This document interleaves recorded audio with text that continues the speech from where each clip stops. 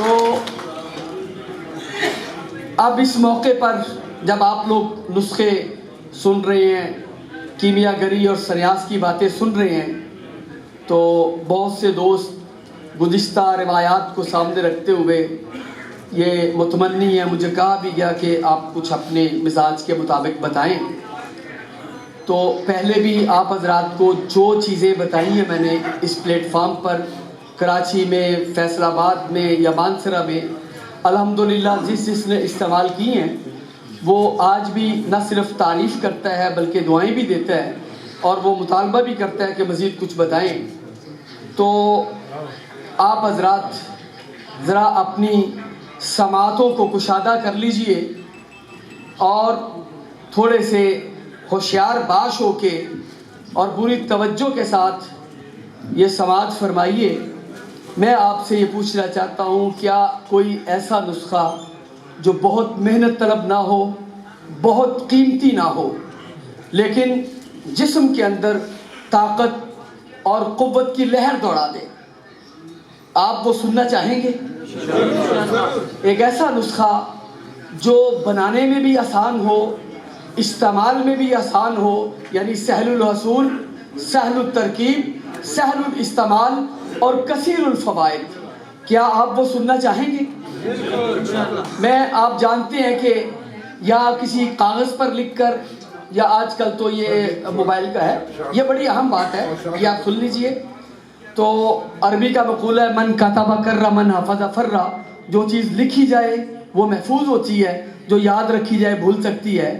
تو میں جو آپ حضرات کے گوش گزار کرنے جا رہا ہوں وہ میں لکھ کے لے کے آیا ہوں، اور امید ہے کہ آپ اس کو پسند فرمائیں گے اور آپ اس کو بہت مفید بھی پائیں گے انشاءاللہ. تو سماعت کیجئے. یہ ایک ایسا نسخہ، اصول علاج آپ کو یہ بتا دوں، یاد رکھیے گا.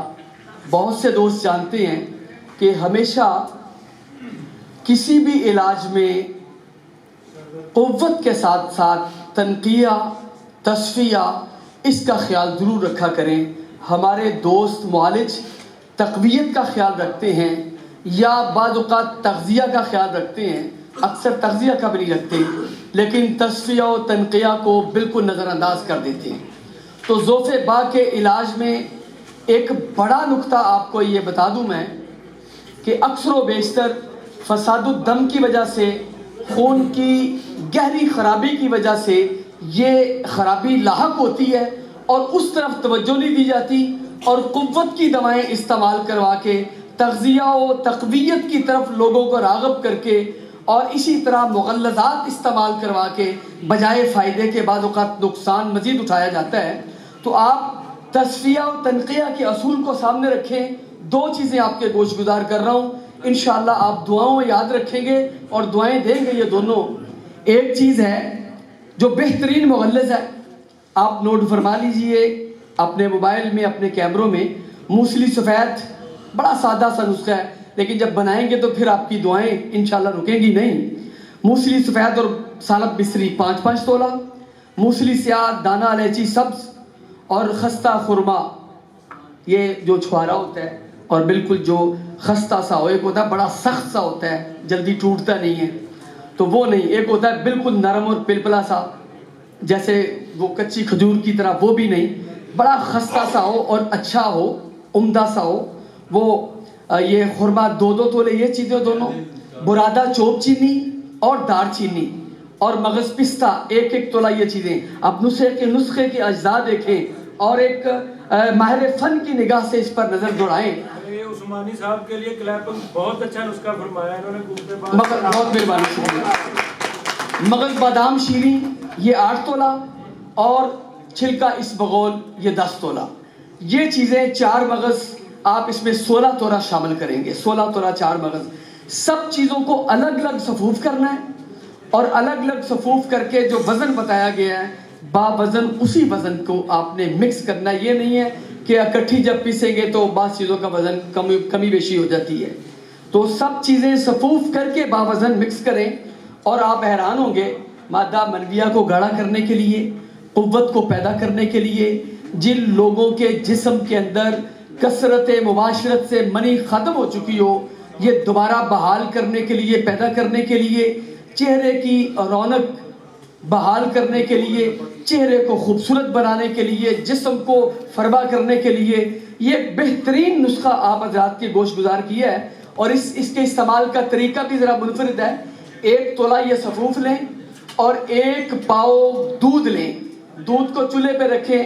جب دودھ خوب گرم ہو جائے، کھولتا ہوا دودھ، آگ بند کر دیں اور یہ 1 تولہ سفوف اس 1 پاؤ دودھ میں شامل کر کے اس میں 1 چمچ مصری سفوف کی ہوئی ڈال کے حل کر کے اس کو ڈھانپ کے رکھ دیں.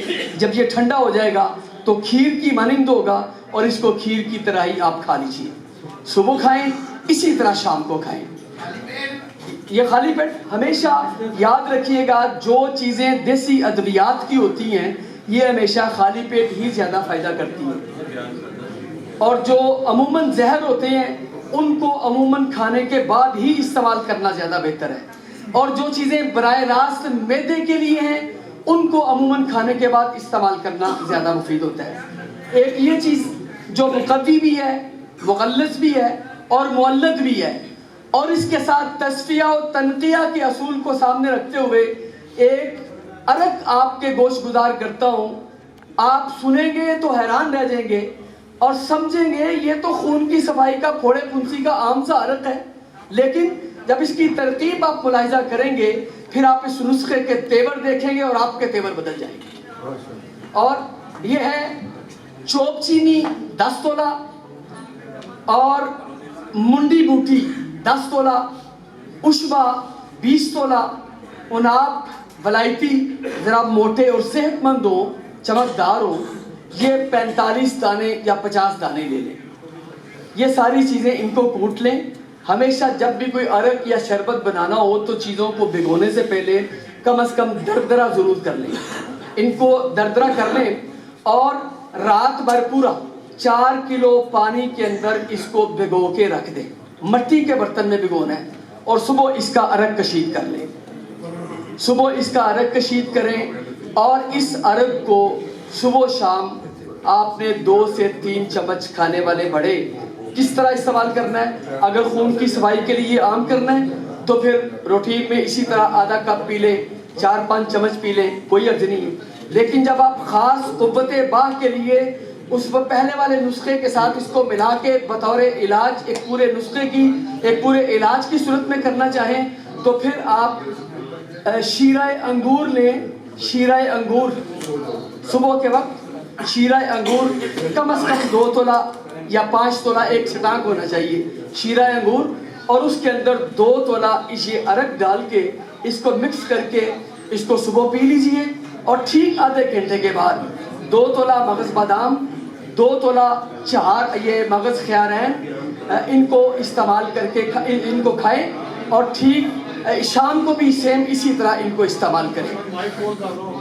شام کو بھی اسی طرح یہ نسخہ استعمال کریں دونوں ٹائم. اب یہ 2 چیزیں آپ کو بتائی ہیں، یہ دونوں نسخے اگر آپ کسی مریض کو ایک ہی وقت میں استعمال کروائیں گے تو پھر آپ یاد رکھیں گے آج کی اس گرینڈ سنیاس رات میں آپ کو قوت کا وہ خزانہ مل گیا جس کی تلاش کے لیے آپ پتہ نہیں کہاں کہاں سفر کرتے ہوں گے. آپ کی دعاؤں کا محتاج ہوں. السلام علیکم ورحمۃ اللہ وبرکاتہ.